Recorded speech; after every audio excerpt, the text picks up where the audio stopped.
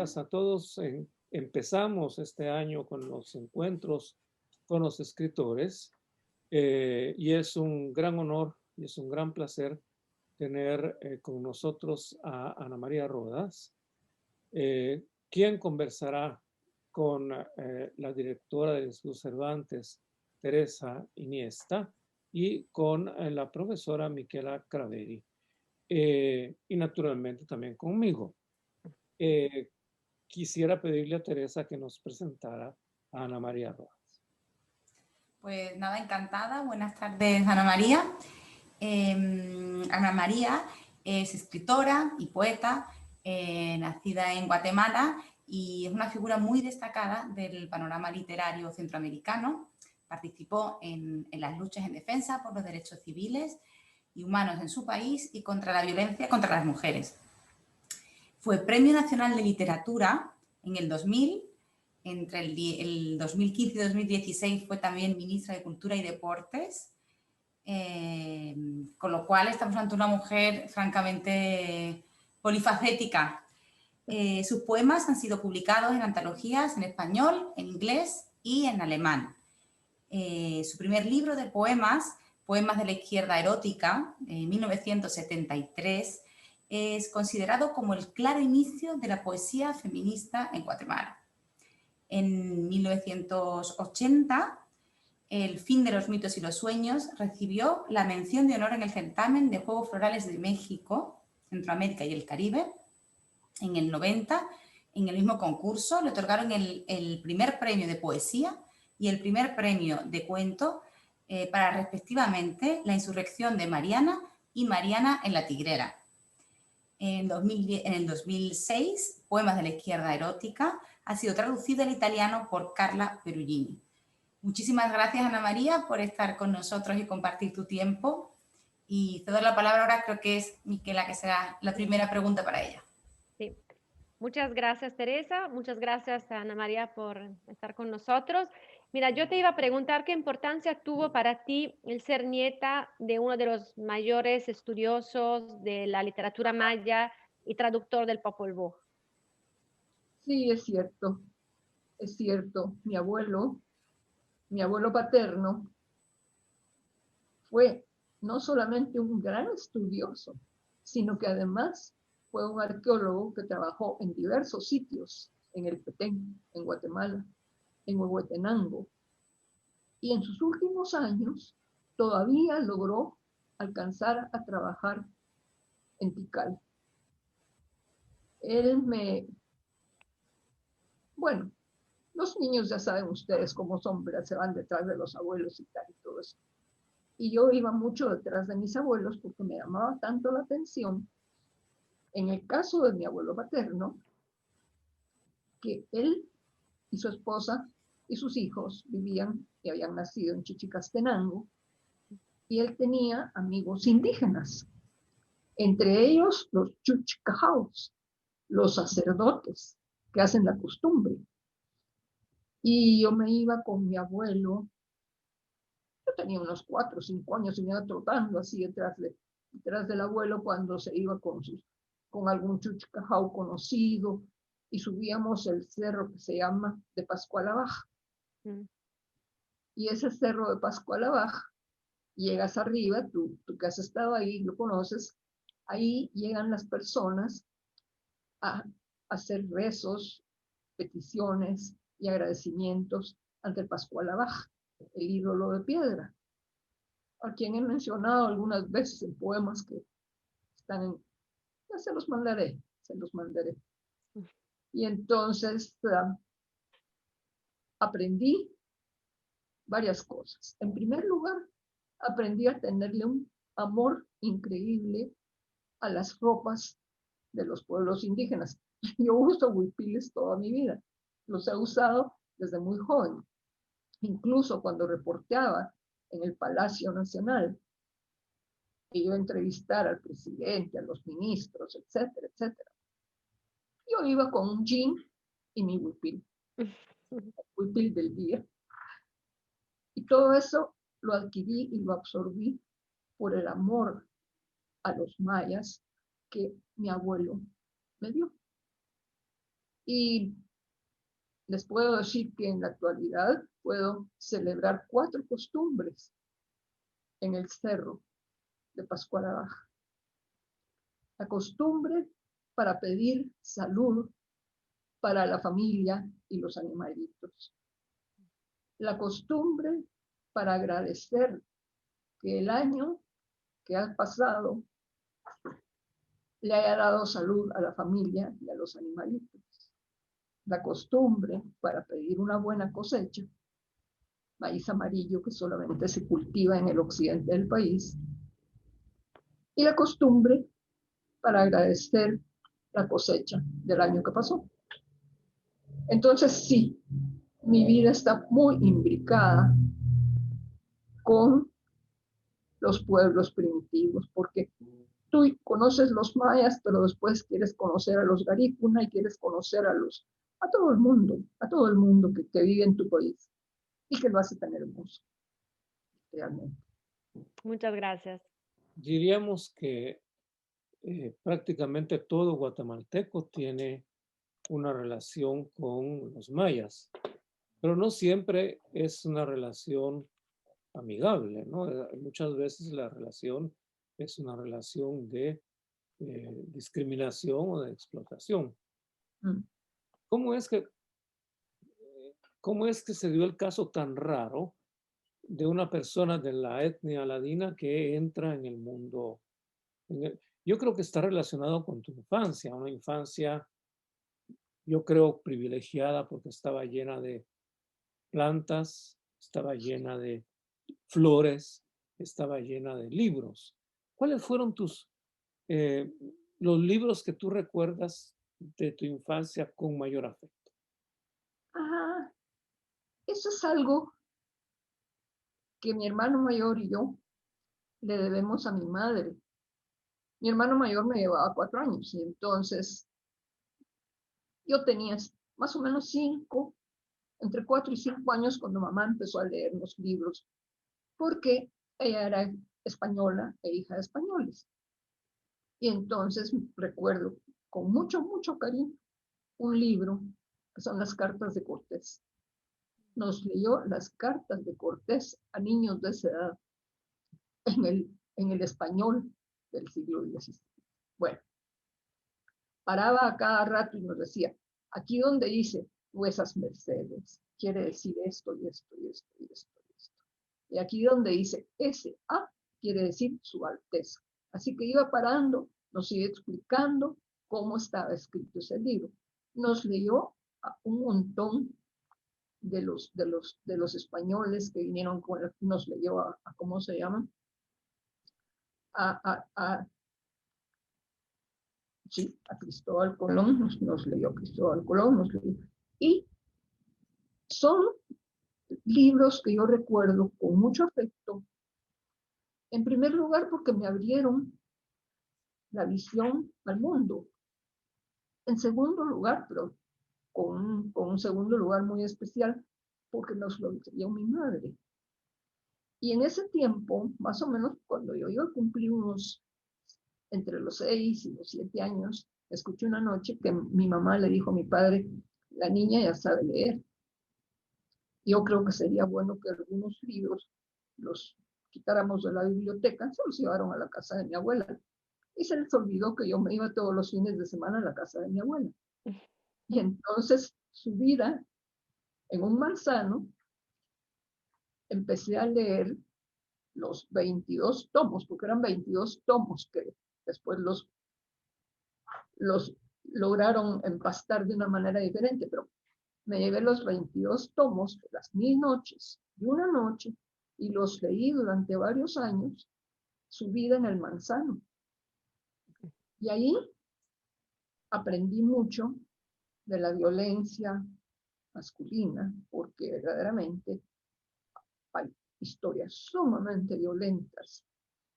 Aprendí también cómo se relacionan, cómo es esa relación amorosa, pero no amorosa de estar tú pensando, no.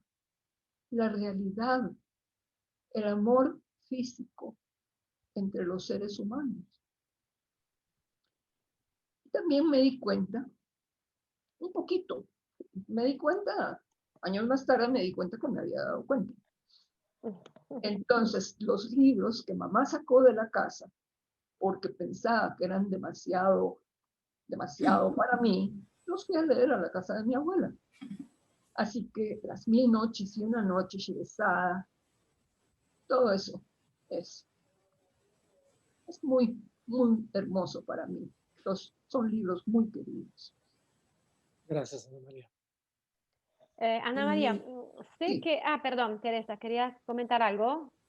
Bueno, quería hacer una pregunta, pero si tú quieres No, no, comentar algo de lo que has adelante, dicho. adelante, adelante. Sí, no, yo quería preguntarte sobre tu conocimiento de la lengua inglesa, que sabemos que la hablas a la perfección y nada, simplemente cómo la adquiriste y qué influencia ha tenido la literatura en esa lengua para ti. Esa es otra historia también divertida, porque yo quería aprender inglés, pero no quería aprender inglés con un maestro ni nada. Entonces, me había descubierto que para entretenerme me gustaban mucho los libros de Agatha Christie, los libros de Monsieur Poirot, etcétera, etcétera.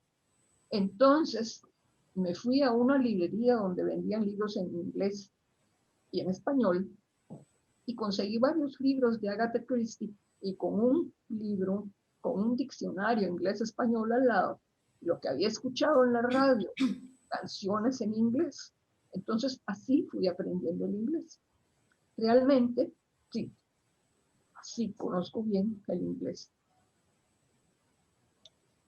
Y les va a parecer hasta ridículo si ustedes quieren, pero para mejorar mi inglés decidí leer a Shakespeare y la primera obra de Shakespeare fue Julius Caesar. Bueno, así aprendí. Más tarde aprendí francés y cosas así por el estilo. Ahora estoy peleando con el alemán, leyendo libros en alemán. Sí, Mira, te quería preguntar una cuestión respecto de poesía y cuento, porque tu primer libro de poesía, al menos el primero que tuvo una fuerte resonancia, son los famosos, ahora son famosos poemas de la izquierda erótica en el 1973. Yo tengo entendido que tú te iniciaste como cuentista. ¿Es así o me equivoco? mira, la verdad es que yo había escrito unos cuentos porque me gustaba la literatura y dije, bueno, me voy a escribir. Si mi padre y mi abuelo habían escrito cuestiones científicas también, pero mi padre escribió cuentos. Yo voy a escribir cuentos. Y escribí unos cuentos malísimos, pero malísimos, malísimos. Afortunadamente tuve la inteligencia de publicarlos en la revista de la Asociación de Periodistas de Guatemala, que era una revista que solamente circulaba entre los periodistas. Y los periodistas me querían. Y entonces dejaban pasar aquellos cuentos espantosos que yo escribí, que son terribles, y que tengo instruidas a mis hijas, que si el día que yo muera alguien decide recopilar esos cuentos y decir estos son cuentos de Ana María Rodas, digan que es falso, que es mentira. Es imposible. Y entonces jamás se me había ocurrido, nunca se me había ocurrido escribir poesía, porque, como Dante sabe, hubo una época en Guatemala en que se publicaba poesía de poetas muy malos, muy malitos. Eran guatemaltecos y les publicaban sus poesías porque eran guatemaltecos. Y yo decía, pero los poetas son malísimos. Se debieron haber muerto con el siglo XIX. ¿Qué hacen los poetas en el mundo? Y menudo trancazo el que me llevé. Cuando de repente, un día, me veo escribiendo poemas y digo, ¿qué estoy haciendo por el amor del cielo? Claro que lo que estaba haciendo era una lucha por la liberación. Y no era solamente la liberación de las mujeres, era la liberación también, como es más evidente en algunos libros posteriores, pero aún ahí, Aún ahí menciono, sin decir su nombre, en los poemas de la izquierda erótica, menciono a Che Guevara. Y digo que años más tarde me van a leer a mí como aquel otro loco que se quedó tirado en la sierra. No lo menciono. Pero evidentemente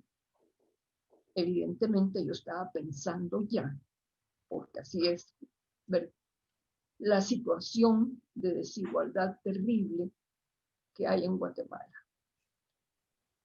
No sé si ustedes habrán oído hablar de Manuel Colón Argueta, un político extraordinario que se casó con una italiana.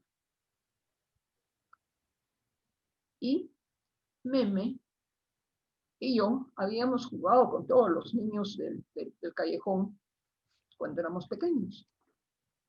Y ya cuando éramos mayores, nos reuníamos y me decía, mira Ana María, todos los que vivimos entre 1944 y 1954 somos personas completamente diferentes a las que nacieron después del 54. Y tenía toda la razón. El 54 fue una especie de nube espantosísima, negra, que cayó así encima del país después de aquellos 10 años de libertad.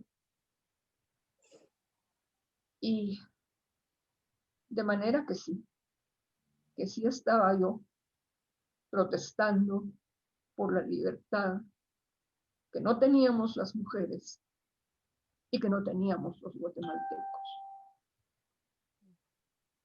Y Ana María, este libro dio un giro a todo lo que se publicó después en América Central, ¿sí? ¿Qué impacto tuvo sobre la literatura centroamericana esta publicación tuya? A ver, ¿cómo es la historia? ¿Qué parte tengo? Te preguntaba sobre el impacto que tuvo sobre la literatura escrita en Centroamérica a partir de 73, o sea, la influencia, todo lo que influyó sobre lo que se escribió después. Pues yo soy sumamente distraída para un montón de cosas. Los periodistas estamos siempre viendo qué es lo que está sucediendo en el país, qué pasa con esto, con lo otro, con lo que lo demás allá, pero personalmente yo soy sumamente despistada. Entonces, yo escribí, publiqué mi libro, lo pagué, anduve con los libritos así por las librerías y tal, y todo vendiéndolo, etc. Y no tenía ninguna relación con los escritores centroamericanos en esa época. El libro sí me dio la oportunidad de establecer relación con escritores, no solo centroamericanos, porque comenzaron a suceder ciertas cosas. Me empezaron a invitar a festivales de poesía y entonces empecé a conocer gente maravillosa. Y, por ejemplo, conocí a Gioconda Belli, me dijo que ella y toda una serie de sandinistas de aquella época habían leído mi libro, La Izquierda Erótica, y entonces habían creado un partido que se llamaba el Partido de la Izquierda Erótica. Ahí empecé yo a darme cuenta que sí, que efectivamente había tenido yo alguna función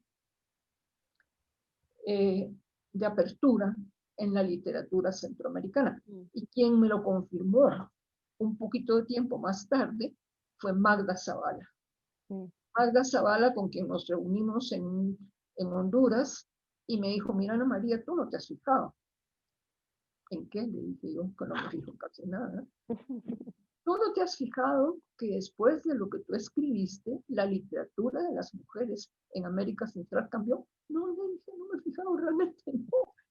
Pero ya con lo que me había dicho Gioconda, que habían formado el partido de la Izquierda Erótica, y lo que me estaba diciendo esta otra amiga, que además de ser escritora, es una académica extraordinaria, porque Magda es una académica extraordinaria, ya empecé a pensar un poco más en las cuestiones y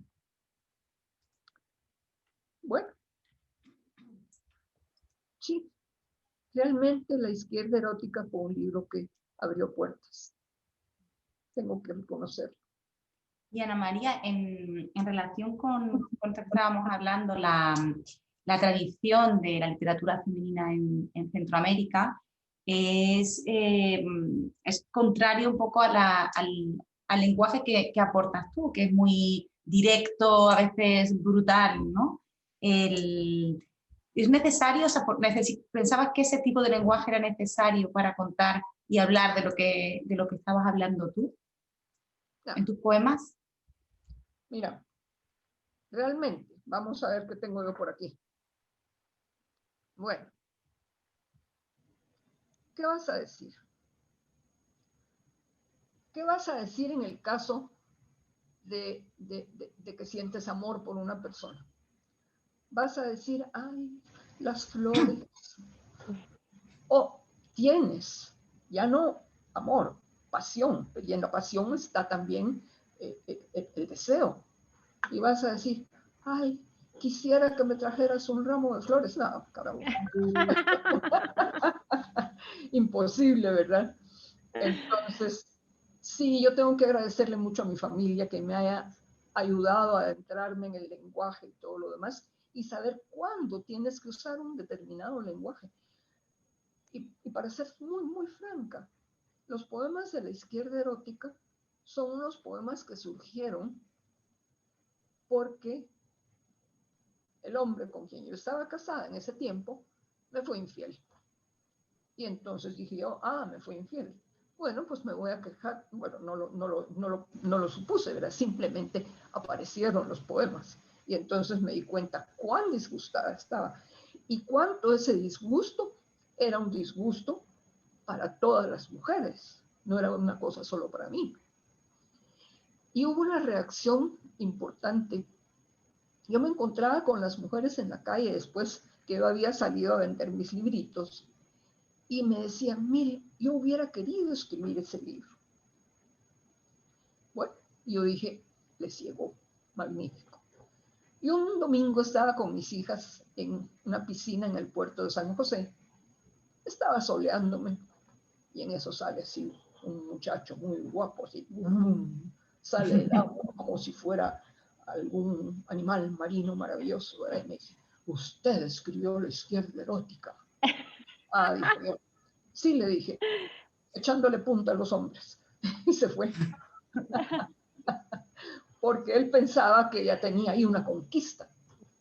Ese era un error de los hombres guatemaltecos cuando leyeron la izquierda erótica. Así que, sí, pienso que las mujeres entendieron muy rápidamente lo que yo estaba diciendo, porque no era la única mujer que estaba en esos menesteres, ¿cierto? Y entonces, los hombres no entendieron, a los hombres les costó un poco más. Les costó un poco más.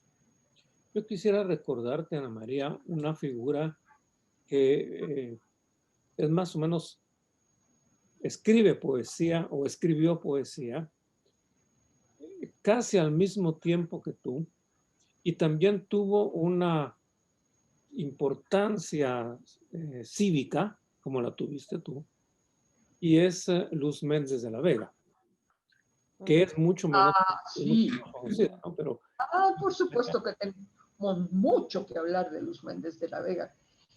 En los años 60 habíamos 3 feministas en Guatemala. Luz Méndez de la Vega, que es una escritora fabulosa, y además una catedrática maravillosa, una mujer increíble. Yo le tengo un cariño inmenso a Luz. La otra era Julita Vela. Julia Vela es una bailarina, pero también ha creado obras de ballet increíbles, el Pavank, las bodas de San Juan. Entonces éramos 3 únicas mujeres que estábamos haciendo una labor en pro de las mujeres en Guatemala, por lo menos en Guatemala, ciertamente. Y Luz tú hablas de Luz y estás hablando de una mujer que tenía un montón de poesía, que años atrás, por ahí, por los años 50 posiblemente, o antes, había escrito una página en El Imparcial, con seudónimo además, porque tenía vergüenza de que vieran sus poemas. Y los poemas eran unos poemas normales, muy buenos, pero cuando yo ya establecí un vínculo mucho más estrecho con Luz, del cual me alegro tanto, y vi los poemas que tenía, y le dije, tú en vez de estarle publicando poemas a tus colegas en la universidad, allá en humanidades, lo que tienes que hacer es publicar tus poemas. Y empujé a Luz a que escribiera y publicara, que escribiera más y publicara lo que ya tenía escrito, y publicó un libro fabuloso que se llama Eva sin Dios. Y para ese tiempo Luz tenía 59 años. Es decir, se había pasado casi 60 años escribiendo sin atreverse a publicar. Pero cuando se soltó por algo. Afortunadamente, es una de las escritoras más importantes de Guatemala, realmente, Luz. ¿Cómo reaccionaron los medios culturales de Guatemala delante de los poemas de la izquierda erótica? Pues mira, la verdad es que aparte de la página, la tercera página del Imparcial, que era la página de César Brañas, donde se publicaban cuestiones de cultura, referido al arte, la poesía, esto y lo otro, ¿verdad? Porque cultura, tú lo tomas en general y es todo lo que hacemos los seres humanos, cómo nos vestimos, a dónde vamos, etc. Bueno, en fin, ahí había, pero no había una crítica. Y mis colegas, los periodistas, estaban tan contentos de que hubieran publicado un libro con un nombre tan estrafalario, Poemas de la Izquierda Erótica, que lo único que sucedió en los medios es que en las primeras páginas aparecía que se presentaron los poemas de Ana María Rodas y que sucedió esto y lo otro y aquí y lo demás allá. Y no fue sino hasta que un joven llamado Dante Liano, que trabajaba para un medio cultural, llegó a mi casa a entrevistarme y habló como crítico de lo que yo había escrito.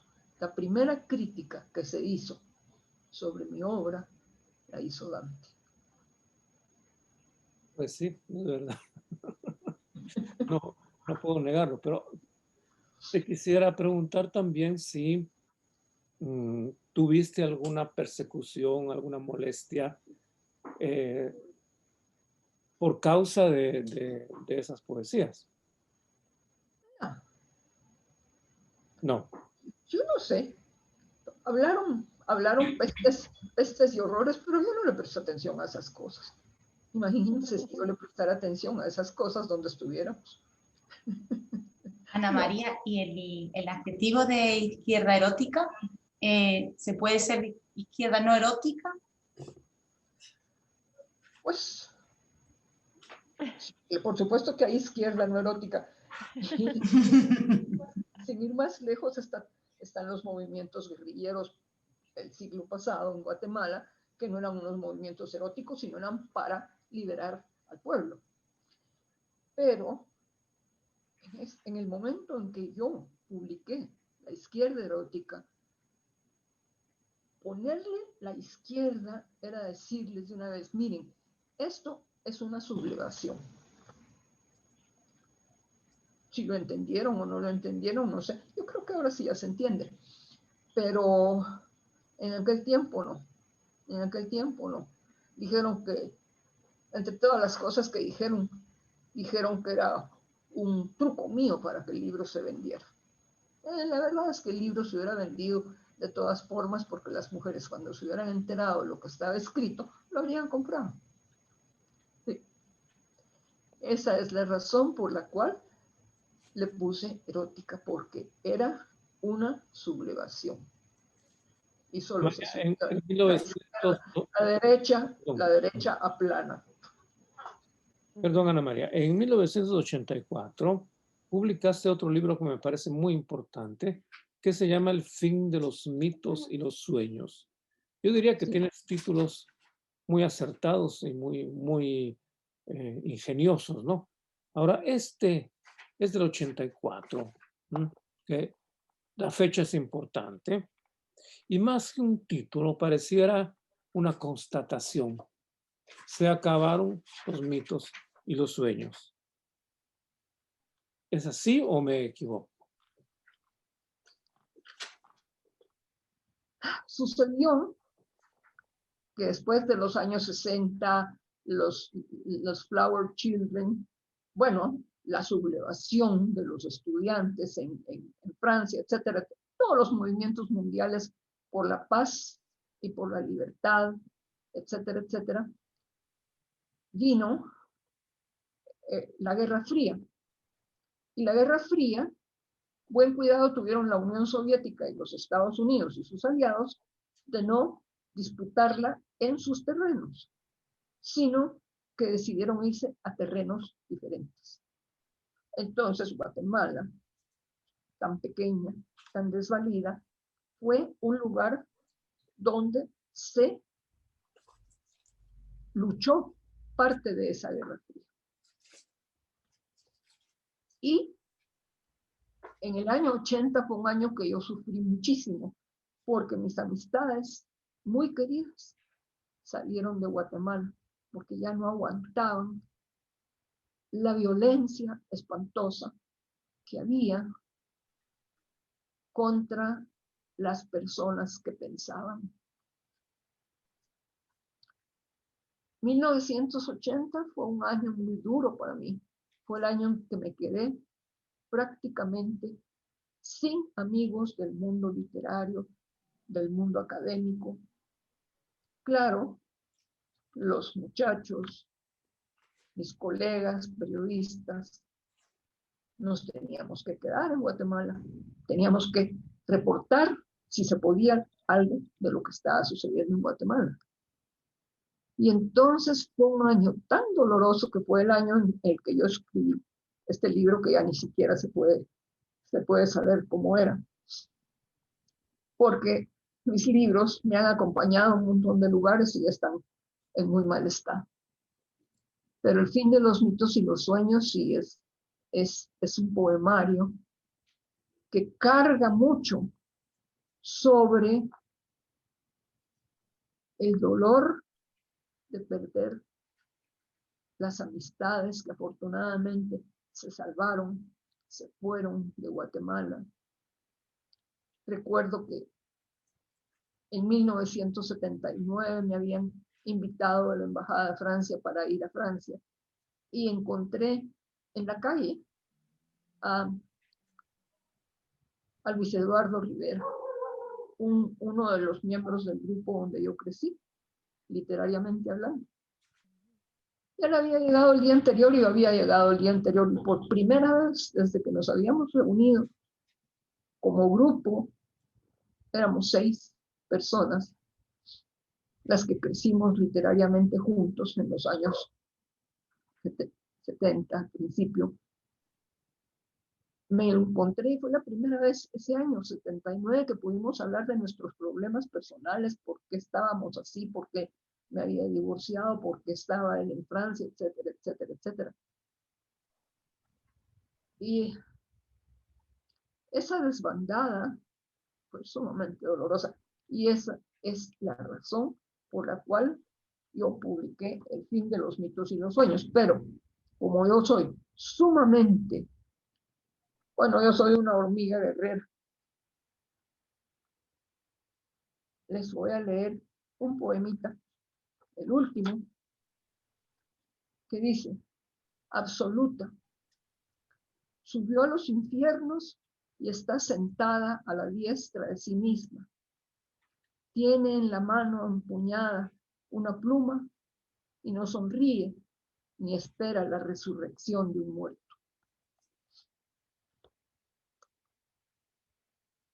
Yo estaba diciendo, aquí estoy yo y estoy sufriendo por mi gente, sí, pero no espero nada y aquí me voy a quedar. Por eso el título, Absoluto. Ana María, ¿ha cambiado la situación de la mujer a partir de la publicación de tu libro de los años 70? ¿Cómo ha cambiado? ¿En qué ha cambiado? ¿Si ha cambiado? Pues cambió muchísimo, realmente.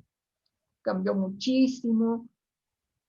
Y no tienen ustedes idea cómo estábamos de contentas, Luz.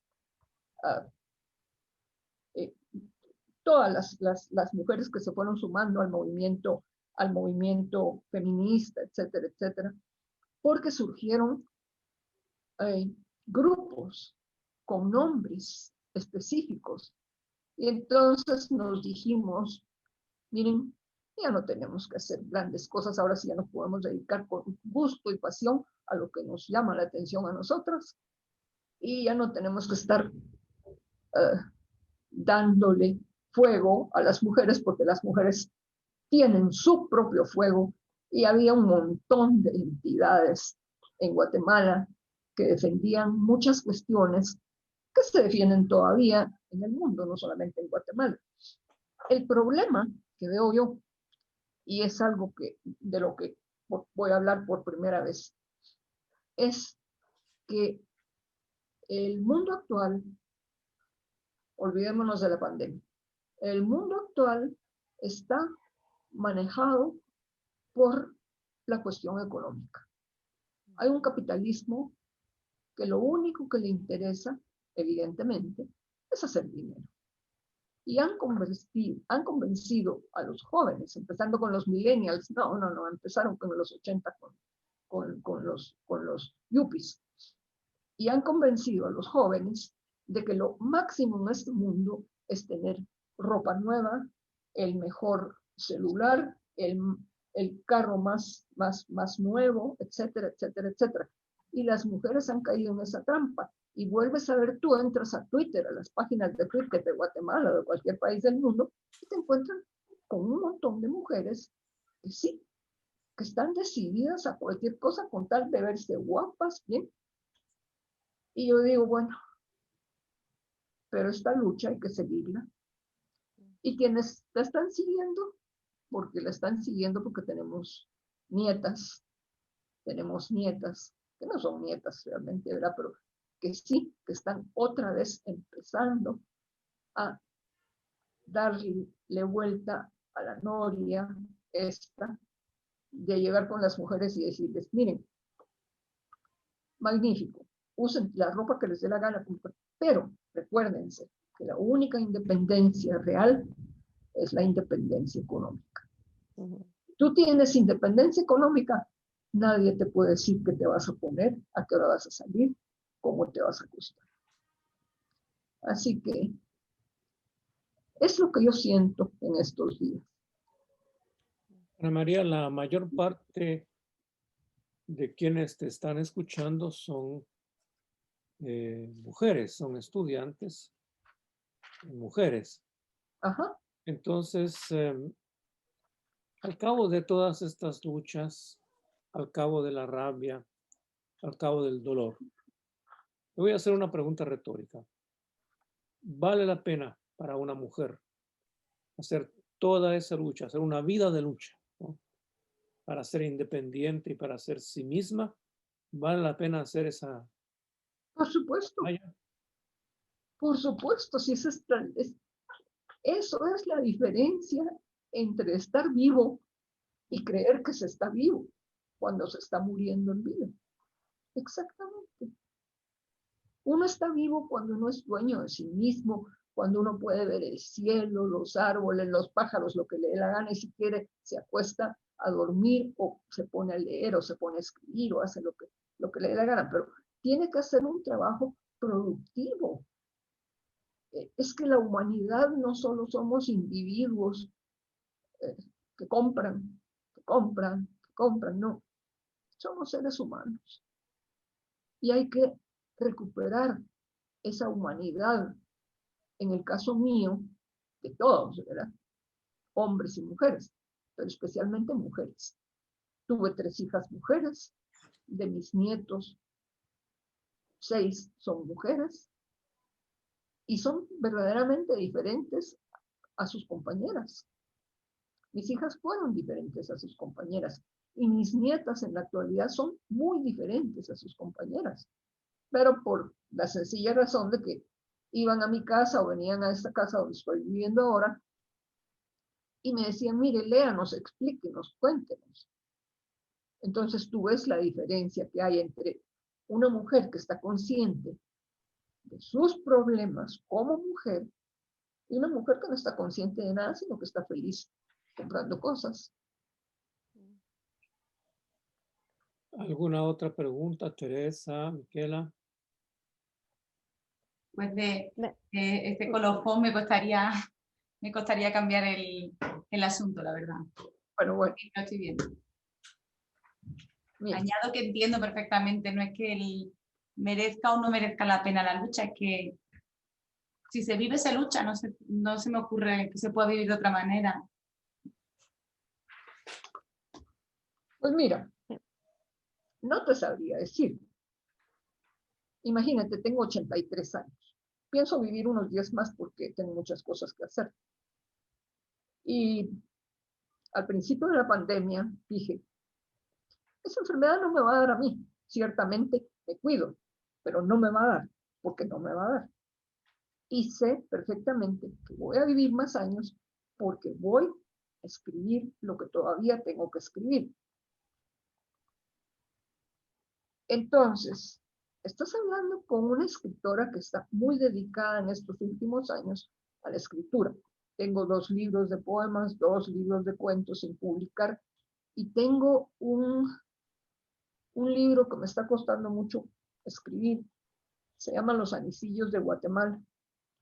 Y estoy relatando en esos cuentos que apenas son de una página o de una página y media, la violencia que se vive en Guatemala. Y cada vez que escribo un cuentecito de esos, me descompongo físicamente y durante una semana no quiero saber de literatura, ni de esto, ni nada. Y entonces me evado y me pongo a caminar con mis perros y le empiezo a hablar a la gata, etcétera, etcétera. Cada cuento de esos me deja enferma físicamente durante una semana porque estoy hablando francamente de la violencia tan terrible que hay en Guatemala. Es una violencia que ustedes no se la pueden imaginar. No se la pueden imaginar. Aunque uno escuche de la violencia que hay contra las mujeres en todo el mundo, porque la hay, si no, las mujeres argentinas no se habrían puesto el pañuelo verde. Entonces sí, tengo que olvidarme un poco del feminismo. Nunca me voy a olvidar realmente, ¿verdad?